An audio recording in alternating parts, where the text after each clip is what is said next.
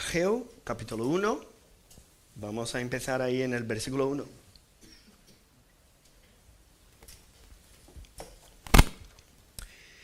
En el año segundo del rey Darío, en el mes sexto, en el primer día del mes, vino palabra de Jehová por medio del profeta Ageo a Zorobabel, hijo de Salatiel, gobernador de Judá, y a Josué, hijo de Josadac, sumo sacerdote, diciendo: Así ha hablado Jehová de los ejércitos, diciendo: Este pueblo dice, no ha llegado aún el tiempo de que la casa de Jehová sea reedificada. Entonces vino palabra de Jehová por medio del profeta Ageo, diciendo: ¿Es para vosotros tiempo, para vosotros, de habitar en vuestras casas artesonadas, y esta casa está desierta? Pues así ha dicho Jehová de los ejércitos: meditad bien sobre vuestros caminos. Sembráis mucho y recogéis poco. Coméis y no os saciáis. Bebéis y no quedáis satisfechos. Os vestís y no os calentáis. Y el que trabaja jornal recibe su jornal en saco roto. Así ha dicho Jehová de los ejércitos: meditad sobre vuestros caminos. Subid al monte y traed madera y reedificad la casa, y pondré en ella mi voluntad y seré glorificado, ha dicho Jehová.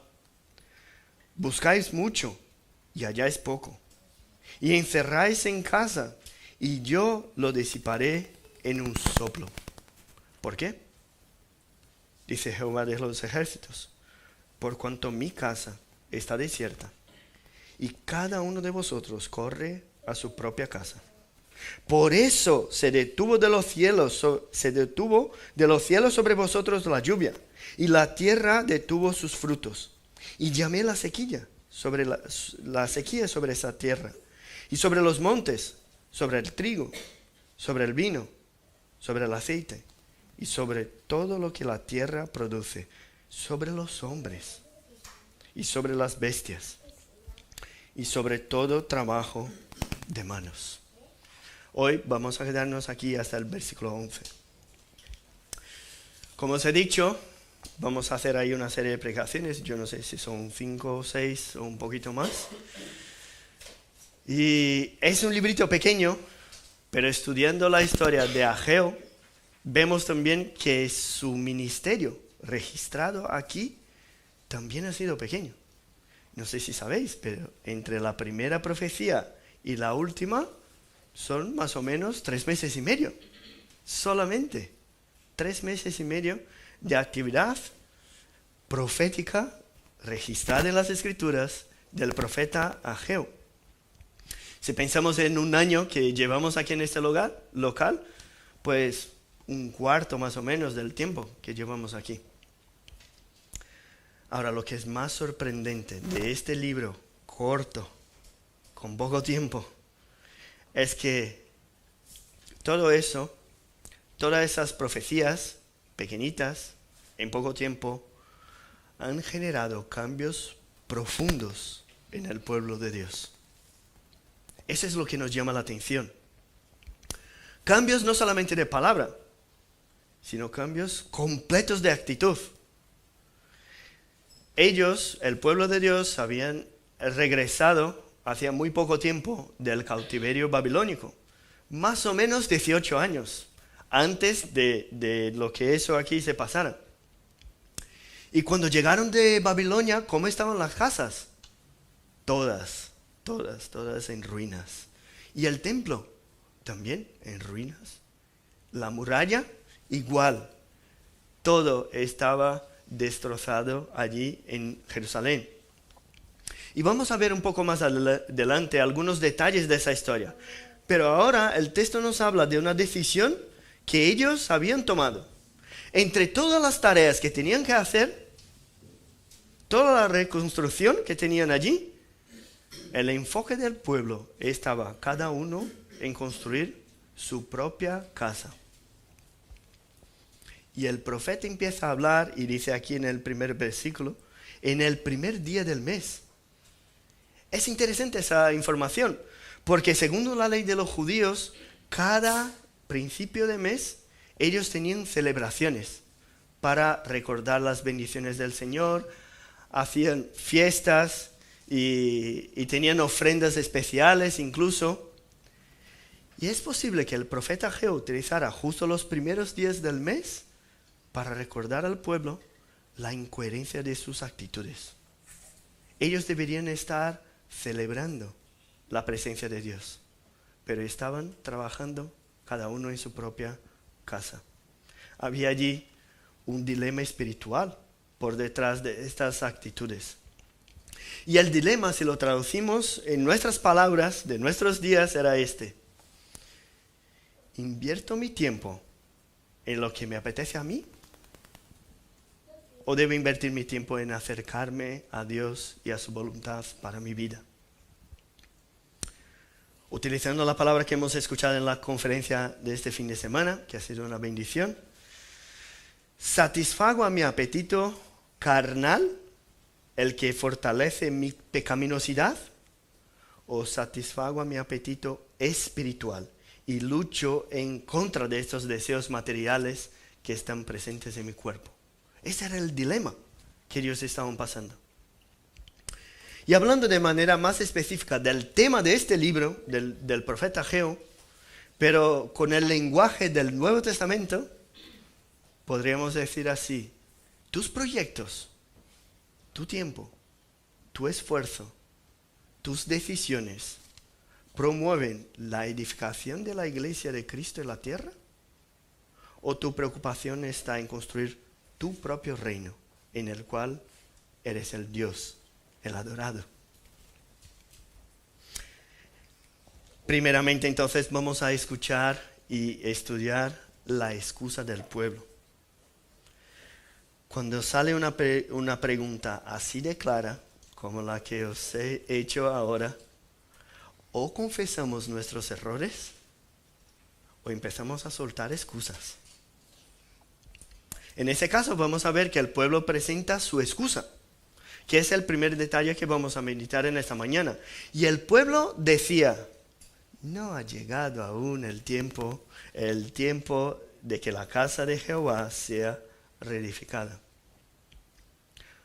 O sea, lo que ellos están diciendo es: no es porque no tenemos tiempo, sí tenemos.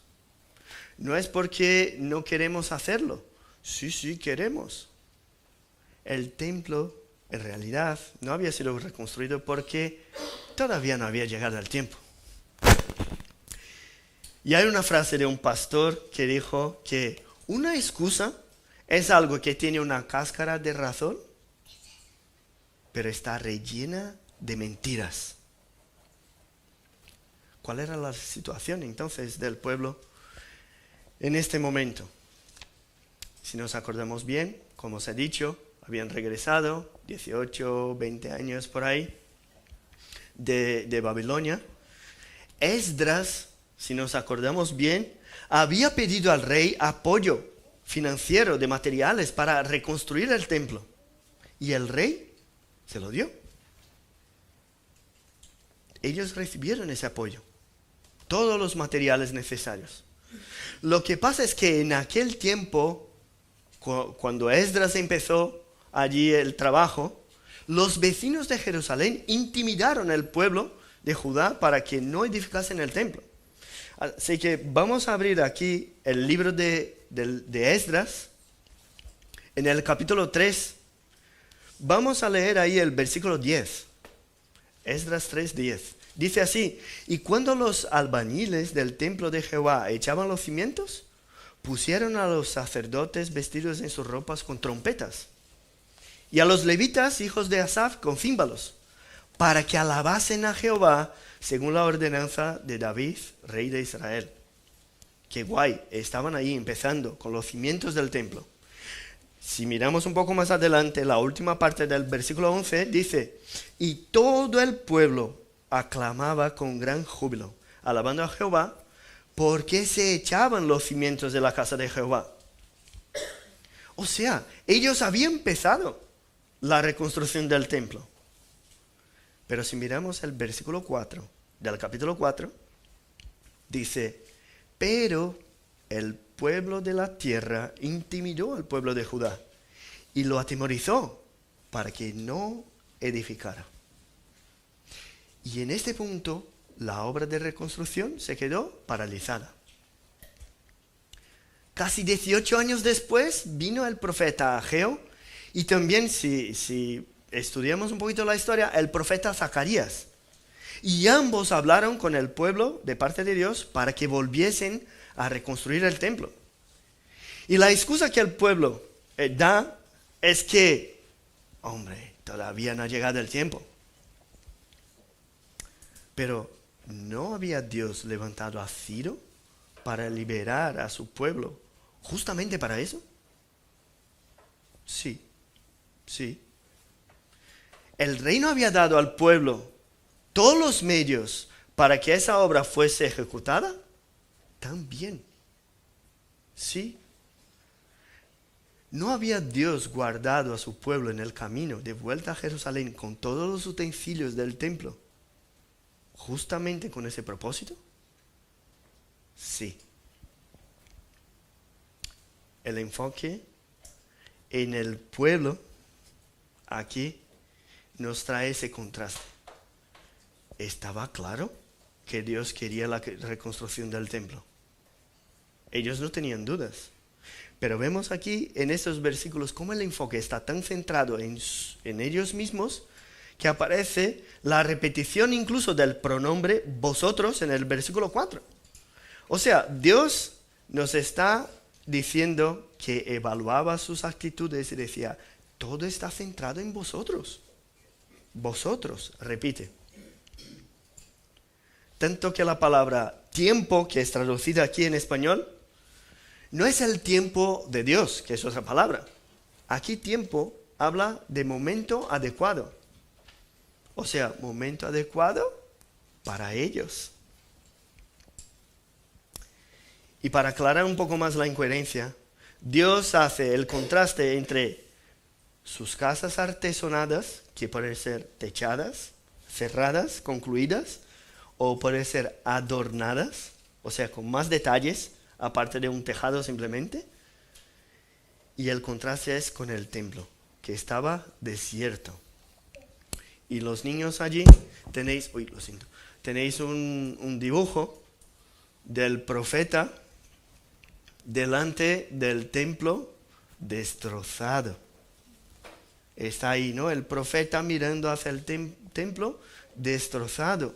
Y a los niños, que el profeta está intentando hablar al pueblo. Mirad, la casa de Dios está destrozada. ¿Y la vuestra? Adornada. Hay una incoherencia en todo eso, ¿no? ¿Estáis buscando lo suyo? ¿Y Dios? ¿Dónde está en vuestra vida? Entonces, para los pequeñitos, debemos siempre acordarnos de la voluntad de Dios para nosotros, para nuestra vida, en nuestras decisiones. Porque no podemos mirar a Dios y su obra y quedarnos diciendo, bueno, está allí. Lo importante es que lo mío esté todo hecho.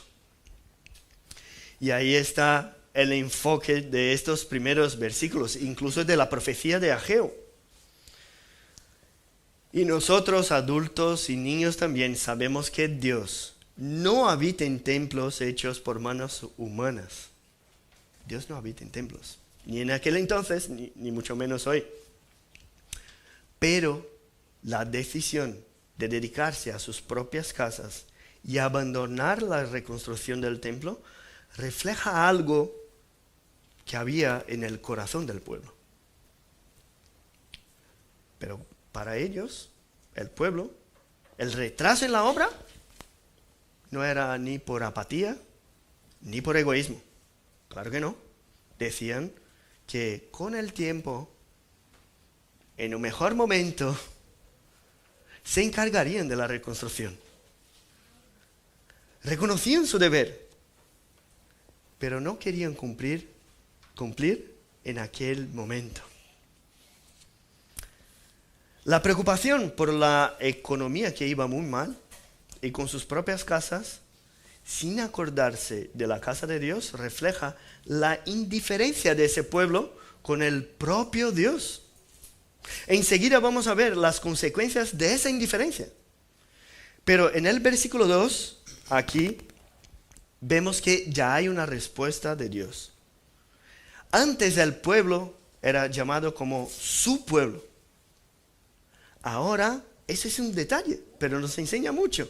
Ahora Dios llama a su pueblo de este pueblo. Este pueblo. Toda la seguridad que ellos tenían en ser el pueblo de Dios, ahora es reemplazada por el pronombre demostrativo frío y distante, este. ¿De qué les valdría buscar una casa bien arreglada, una economía estable, si Dios no estuviese con ellos? La actitud esperada que ellos deberían haber tomado era la misma que la de Moisés, que dijo: Dios, si no vas con nosotros, no nos permitas subir. Yo no quiero la tierra prometida si tú no vas a estar con nosotros. Y repito, el celo por las cosas del Señor refleja el celo por el propio Dios. Si nos acordamos bien, David, cuando miró allí la tienda y el arca dentro de la tienda, él dijo: ¿cómo yo puedo habitar en un palacio de cedro y el arca del Señor habitar en una tienda? ¿Cómo puede ser eso? Y por reconocer eso, quiso construir el templo. Sabemos que lo construyó su hijo, Salomón. Pero él tuvo el deseo de construir la casa del Señor por decir: yo no puedo habitar en un palacio de cedro y el arca estar en una tienda.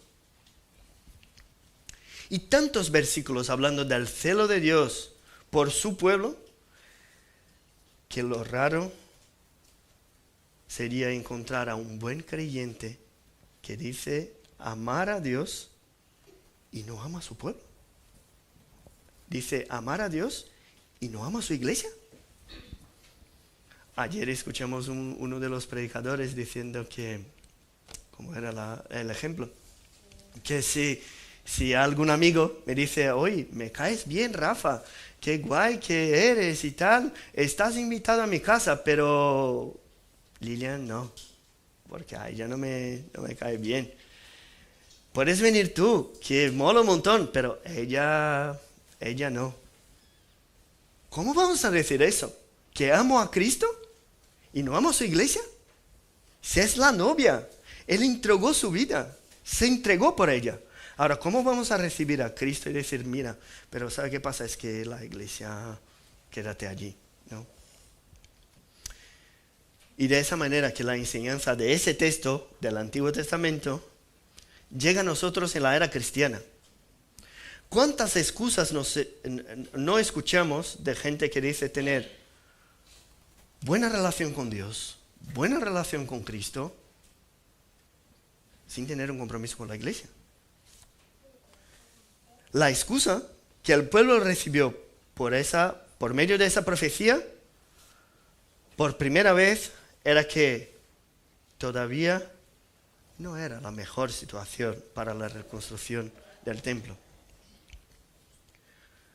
Y al escuchar al pueblo decir: Dios, a ver, yo quiero construir, pero ahora mismo no. Dios podría decirles: ya, comprendo, ¿no? Lo importante es que estáis cuidando de vuestra familia, de vuestra provisión, eso también es importante. No estáis haciendo nada malo. ¿Cuál es el problema en buscar nuestro propio confort y el de nuestra familia? Hombre, pues ninguno. Yo lo veo muy bien. El único problema es que no estamos hablando entre nosotros. Aquí Dios está hablando con su pueblo. Él conoce los corazones.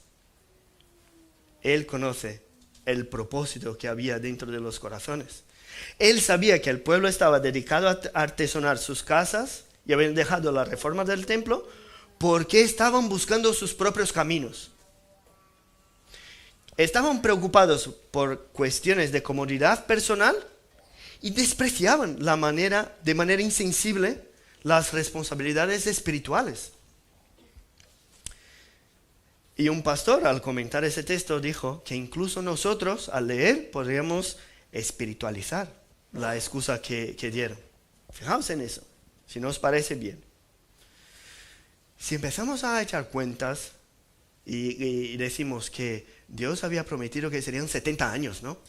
Entonces, desde la caída de Jerusalén, la destrucción del templo, hasta el momento donde estaban, todavía no había cumplido justo 70 años. Les quedaba un par de años. Entonces nosotros podríamos espiritualizar la excusa y decir, no, ellos eran fieles. Solo estaban esperando el cumplimiento de los 70 años para allí sí reconstruir el templo. ¿Qué os parece esa excusa? Si leemos la palabra y vemos la exhortación de Dios por medio de Ageo y Zacarías a ese pueblo, en ese punto de la historia, estamos seguros que esa excusa no les valía, no les valdría. Dime dónde inviertes tu tiempo, dime dónde inviertes tu dinero, tus esfuerzos, tus dones, y te diré cuáles son tus dioses. No hay cómo huir. Podemos decir lo que nos dé la gana. Nuestras actitudes reflejan nuestras creencias. Si digo que amo a Dios, pero no amo a mi prójimo, no amo a su iglesia, que Él ama y se entregó por ella, puede decir lo que sea y todo no pasará de una excusa. Como dijo el apóstol Juan, si alguno dice, yo amo a Dios y aborrece a su hermano, ¿qué es? Mentiroso. Pues el que no ama a su hermano a quien ha visto, ¿cómo puede amar a Dios a quien no ha visto? Decir que no había llegado aún el tiempo de la reconstrucción del templo fue claramente una excusa para decir que a ellos no les importaba a Dios, al espiritual, sino al material. Pero el Padre, Dios, al Hijo que ama, castiga. Si un hijo de Dios se aleja de la presencia de Dios, tarde o temprano, recibe de Dios la corrección para que regrese. Entonces, saliendo de la excusa, vamos a ver las consecuencias de sus decisiones. Primero, que quien está hablando aquí por medio del profeta es el propio Dios. Comentamos la semana pasada, ¿no? Cuando el profeta hablaba de parte de Dios. El profeta aquí no está dando su opinión, no, es que a mí me parece que a lo mejor ahora empezamos, no. El profeta repite una y otra vez la expresión, así ha hablado Jehová de los ejércitos. O entonces pone allí, vino palabra de Jehová por medio del profeta diciendo. Y el profeta no tarda nada en introducir su libro, menos un versículo y ya, empieza con la profecía. Pone allí la descripción que marca el momento histórico del rey cuando profetizó y ya empieza a hablar de lo que Dios le había dicho. Y por la pregunta que pone allí el versículo 4, empezamos a comprender que Dios quería confrontar la excusa del pueblo. Pero hay otra pregunta que aparece en el versículo 9. Fijaos allí. Aparece otra pregunta ahí en el versículo 9. La pregunta es, ¿por qué? Buscáis mucho y allá es poco. Y encerráis en casa y yo lo disiparé en un soplo. ¿Por qué? Dice Jehová de los ejércitos. Por cuanto mi casa está desierta y cada uno de vosotros corre a su propia casa. Los versículos 10 y 11 siguen diciendo que hay una conexión entre las prioridades del pueblo y las dificultades financieras que estaban pasando. Dice así: por eso se detuvo de los cielos sobre vosotros la lluvia, y la tierra detuvo sus frutos. Y llamé la sequía sobre esta tierra, y sobre los montes, y sobre el trigo, sobre el vino, sobre el aceite, sobre todo lo que la tierra produce, sobre los hombres, sobre las bestias, y sobre todo trabajo de manos. La sequía había venido de parte de Dios. ¿Por qué la sequía? En esa explicación hay algunos contrastes de ideas que no podemos dejar de comprender. Mientras su pueblo priorizaba el trabajo producido por sus manos en sus casas para proveer recursos para sí mismos, Dios llama la sequía sobre todo trabajo y dice sobre todo trabajo de manos. Yo trabajando con mis manos y Dios nos trae la sequía sobre todo trabajo de manos. Por eso sembraban mucho, pero recogían poco. Por eso que el que trabajaba jornal recibía su jornal en saco roto. Y hay un texto que nos ayuda a comprender también y nos trae un poco más cerca en el Nuevo Testamento que habla de estos cambios de prioridad, de esa mirada carnal al mundo espiritual. Está allí en Mateo 16. Jesús allí empezó a declarar a sus discípulos que era necesario ir a Jerusalén, padecer, ser muerto y resucitar al tercer día. Pero el apóstol Pedro, con una mirada carnal, le dijo: Señor, ten compasión de ti. En ninguna manera esto te acontezca. Fue cuando Cristo le dijo: quítate de delante de mí, Satanás, me eres tropiezo. ¿Por qué? Fijaos, porque no pones la mira en las cosas de Dios, sino en las de los hombres. Sentir pena de Cristo en aquel momento es mirar las cosas de hombres. Porque Él tenía un propósito y sus actitudes le llevarían a cumplirlo. Y dice ahí en el versículo 26 del capítulo 16 de Mateo: ¿qué aprovechará al hombre si ganare todo el mundo y perdiere su alma? La exhortación de Pedro fue la forma que Cristo utilizó para enseñarles a poner la mirada en las cosas de Dios.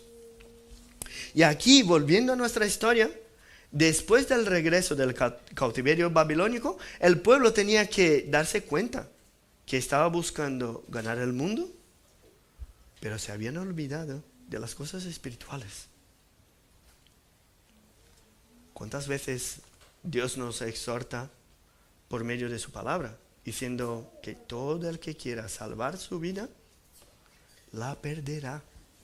Y todo el que pierde su vida por causa de mí, la hallará. ¿Buscáis satisfacerte? ¿Buscas satisfacerte? ¿Buscáis satisfaceros? Pues siempre te faltará algo. Ahora, lo que buscas es satisfacer a Dios. Si Él de hecho es tu pastor, no sentirás falta de nada. Es lo que dicen las Escrituras. La consecuencia para aquellos que son hijos de Dios y están desubicados buscando la satisfacción propia es que Dios les cierra el grifo y les hace replantear sus planes. Ese es uno de los contrastes que encontramos aquí. El otro es que mientras un pueblo no obedecía y no hacía caso a la voluntad de Dios, la naturaleza sí obedeció a Dios. Él detuvo las lluvias, detuvo los frutos de la tierra, sembraban y no recogían. lo que Dios quería enseñarles es que cuando nos deleitamos en Él, Él mismo concede las peticiones de nuestro corazón. Es lo que hemos leído en el Salmo 37. Cuando confiamos en sus manos y no en las nuestras, Él mismo hace todas las cosas. Dice ahí el Salmo 37, los que esperan en Él heredarán la tierra. Tenemos tantas promesas de Dios diciendo que es Él que nos provee todo lo que necesitamos, y aún así nuestra preocupación está en las cosas materiales y no espirituales. Tenemos el afán por lo que vamos a comer, por lo que vamos a beber, por lo que vamos a vestir. Pero nos dice Dios, buscad primeramente el reino de Dios y su justicia, y todas estas cosas os serán añadidas.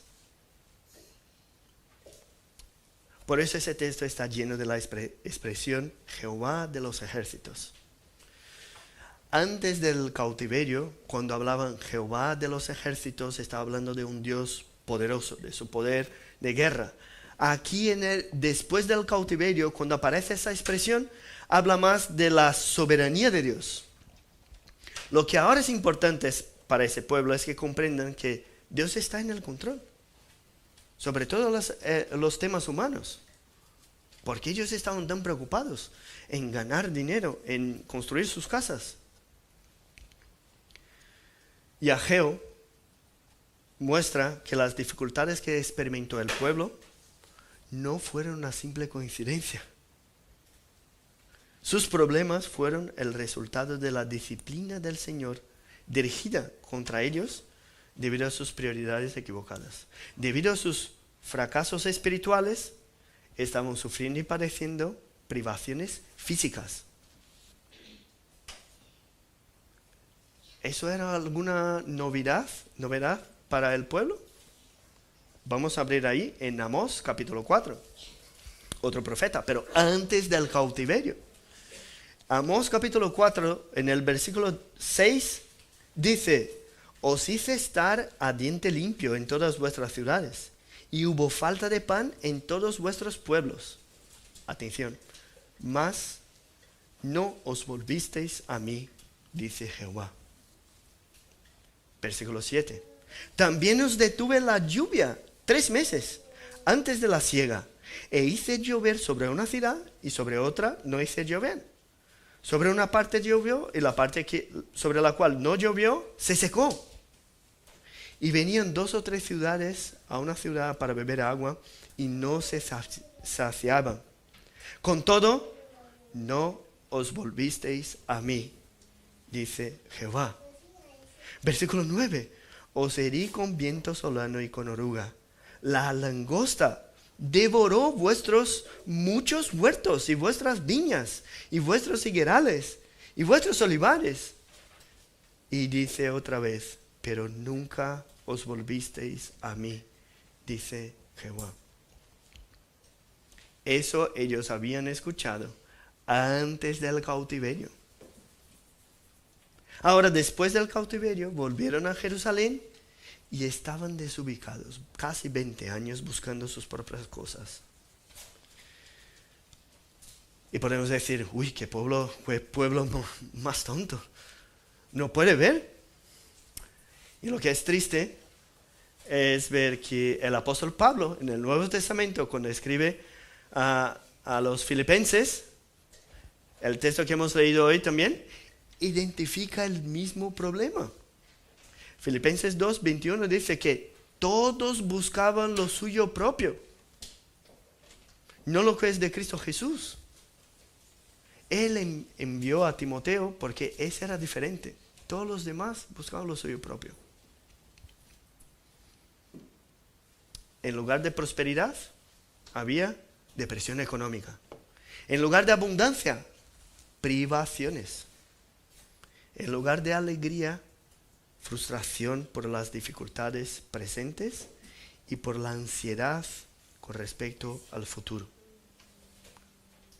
una densa nube de desánimo proyectaba sus sombras cada vez más oscuras sobre el pueblo de Dios.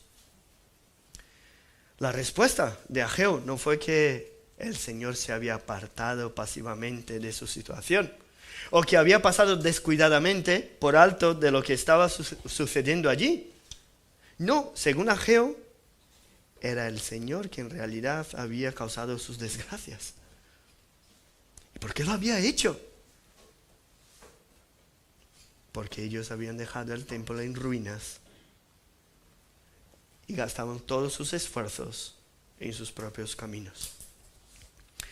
Te das cuenta de que el tener, el ser, el conquistar son afanes de la vida que te alejan de Dios.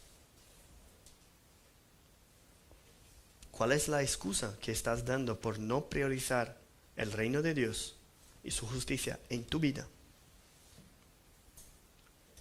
Y si ahora mismo, escuchando la palabra de Dios, reconoces que llevas tiempo sin organizar tus prioridades de acuerdo con la voluntad del Señor, las tienes de pata para arriba, hoy esa exhortación de Dios es para ti. Incluso hay un detalle más. Cuando Dios nos corrige por nuestra falta de prioridades, Él espera que cambiemos. Y por eso aparecen aquí algunas órdenes. No hay solo castigo. Y la primera es la que se repite 2 veces en estos versículos. Considerad. O sea, meditad sobre vuestros caminos. Y la parte central de todo eso está en el versículo 8. Si tenéis la Biblia abierta, está allí. Versículo 8. Subid al monte. Todas órdenes. Subid al monte. Traed madera. Reedificad la casa. Y pondré en ella mi voluntad. Y yo seré glorificado, ha dicho Jehová. Dios quiere que su pueblo medite sobre su camino. Él abre aquí una oportunidad para que ellos se arrepientan de sus obras. Y las órdenes del versículo 8 nos ayudan a comprender que considerar el camino en el cual estamos es solamente una parte. Debemos considerar, pero nuestra meditación tiene que ser transformada en un cambio de actitudes también. Y una de las parábolas de Jesús que habla de los 2 hijos, no sé si os acordáis, tiene aquí un papel importante para ayudarnos en esa comprensión. En esa parábola dice que el padre pide a uno de sus hijos que le ayude allí y que trabaje en su viña. Fijaos las coincidencias de información. Que trabaje en su viña. Y el hijo dijo que no voy. Pero luego se arrepintió y fue. Por ese padre se acerca al segundo hijo y le pide lo mismo. Y el segundo hijo dice, sí, voy. Y no va. Y hace una pregunta a los fariseos y pregunta, ¿cuál de los 2 hizo la voluntad de su padre? Ellos contestaron claramente, pues el primero. Jesús hace una comparación muy dura y dice, pues este primero, pues son los publicanos y las rameras que escucharon el mensaje de Juan el Bautista. Y vosotros sois el segundo, porque no habéis escuchado y no habéis arrepentido de sus pecados. Si la desobediencia generó obras de sus manos, ahora ellos deberían obedecer y las obras de sus manos deberían traer obediencia a Dios. Todo lo que hago debe ser en obediencia a Dios. Subid al monte, traed madera, reedificad la casa. O sea, el arrepentimiento, la meditación en mis caminos debe generar cambios en mis actitudes. Si el servicio al Señor se hace para agradar al Señor, ese servicio le trae gloria. Debes comprender, no trabajas para Dios porque te viene bien. No trabajas para Dios porque te gusta o no te gusta, sino que lo haces porque sabemos que cuando hacemos eso agrada al Señor. Cuando somos exhortados de esa manera, debemos meditar. ¿Mis actitudes están basadas en aspectos materiales o espirituales? Y dice aquí, no es quizás medites, no, meditad. Considerad, como utiliza aquí nuestro texto. Y es muy importante decir que sufrimos dificultades, escasez muchas veces, no simplemente por nuestros pecados. No podemos hacer una correlación directa. A veces sufrimos por el simple hecho que el mundo está lleno de pecados. Sufrimos las consecuencias de otros pecados, de los demás. A veces sufrimos persecución porque tenemos una vida tan piadosa que somos perseguidos. No podemos pensar que todo lo que pasamos son porque estamos en pecado. Si estamos enfermos, estamos en pecado. Si sufrimos necesidad, estamos en pecado. No, tenemos que meditar en nuestros caminos. Pero hoy es este momento. Meditemos. ¿Mi servicio al Señor es la prioridad en mi vida? Mis actitudes delante de la obra de Dios en la tierra, delante de la iglesia, ¿reflejan la prioridad que doy al reino de Dios y a su justicia? ¿O en realidad lo que hago es espiritualizar mis decisiones para parecer que soy espiritual? Y al final son todas excusas para no obedecer la palabra de Dios. Si hoy el mensaje te enseña que estás más preocupado por el mundo que por el Señor, tu tarea no es simplemente reconocer y salir de aquí diciendo, sí, es verdad. No. Ahora debes cambiar de actitudes y obedecer. ¿Cuántos cristianos culturales hay dentro de una iglesia? Que están porque están acostumbrados con venir y volver. ¿Cuántos de nosotros pensamos como el pueblo exhortado por medio del profeta Ageo? Y seguimos diciendo, sí, yo sé que está allí, yo sé que debo servir, pero hoy no, mañana. Todavía no ha llegado mi tiempo para trabajar para el Señor en su iglesia, reedificando su iglesia. Hoy estamos invitados a considerar nuestros caminos, pero incluso para que veamos los pecados en nuestra vida, dependemos de una obra sobrenatural del Espíritu Santo, que por medio de su palabra nos convence del pecado, de la justicia y del juicio. Mis hermanos, ¿cuánto más de tiempo vamos a vivir sin disfrutar de las bendiciones del Señor? ¿Cuánto más de castigo vamos a recibir hasta que cambiemos las prioridades de nuestra vida? Si Dios te castiga por tus malas decisiones, alégrate, porque eso quiere decir que eres hijo de Dios y no bastardo. Pero arrepiéntete de tus pecados.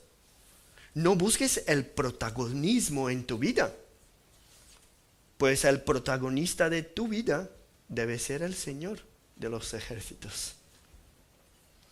Él da órdenes a la lluvia. Él viste a los lirios del campo de una manera que ni Salomón en toda su gloria se vistió. Él alimenta a los pajaritos que no siembran. ¿Por qué dudas de este Dios? No sigas con excusas. Decidas diciendo que ahora es tu momento. Tienes que buscar en tu día a día hacer únicamente lo que agrada al Señor.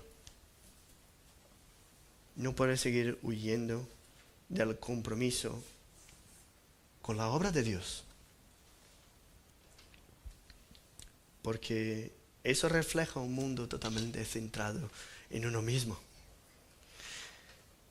Sabemos que Dios es el único digno de recibir toda la honra y toda la gloria. Pero cuando actuamos de manera egoísta, nosotros recibimos y queremos recibir la honra y la gloria. Hoy es día de pedir a Dios que nos ayude en estos cambios. Estamos meditando, estamos considerando. Ahora, sin el poder transformador de Dios, no podemos hacer nada. Tenemos que clamar en esta mañana. Hoy es día de reconocer que solo Cristo puede darnos vida eterna y solo Él puede darnos el verdadero arrepentimiento. Y solo por los méritos de Él es que podemos actuar de manera que glorifica a Dios. Hoy mi oración es para que cada uno de nosotros meditemos en nuestros caminos. ¿Qué está pasando en nuestra vida? ¿En qué está basada mis decisiones? ¿En qué invierto mi tiempo? Y que cada una de esas meditaciones nos lleve a enviar y dirigir nuestra vida directamente a Cristo y a su voluntad. Vamos a orar. Padre, reconocemos en esta mañana que tantas veces somos como este pueblo, damos excusas, no queremos servirte. Tantas veces, Padre, no reconocemos nuestros pecados y caminamos por nuestra cuenta, caminamos buscando y haciendo obras con nuestras manos, pero hoy, en esta mañana, queremos entregarnos completamente a tu voluntad. Danos, Padre, tus caminos, enséñanos tus sendas, guíanos, Padre, por tu verdad. Haznos reconocer que a veces nos equivocamos y nos vamos lejos de donde quieres que vayamos. Te pedimos, Padre, que tú sigas obrando con misericordia, con amor en nuestra vida, para que no nos sintamos siempre ansiosos con nuestro futuro, pensando que todo eso depende de nosotros. Danos esa paz, Padre, para comprender que tú eres el Señor de los ejércitos, Dios de dioses, todo soberano. Danos, Padre, hoy el poder para ajustar, para organizar nuestras prioridades, porque queremos hacer todo para honra y gloria de tu santo nombre. Bendice a tu iglesia, aquí y en todas partes del mundo. Bendice, Padre, a aquellos que están caminando en contra de tu voluntad. Danos, Padre, tu corrección de amor. Danos tu dirección, porque queremos cumplir tus propósitos en nuestras vidas. Bendícenos en esta mañana, en el nombre de Jesús que oramos. Amén.